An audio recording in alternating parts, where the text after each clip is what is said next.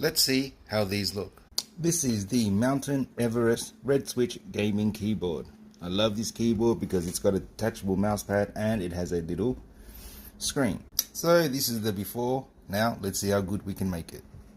So after pulling each one out one by one of the keycaps that I wanted to remove and replace, this is now what it looks like. Whoa ho ho, looks pretty cool.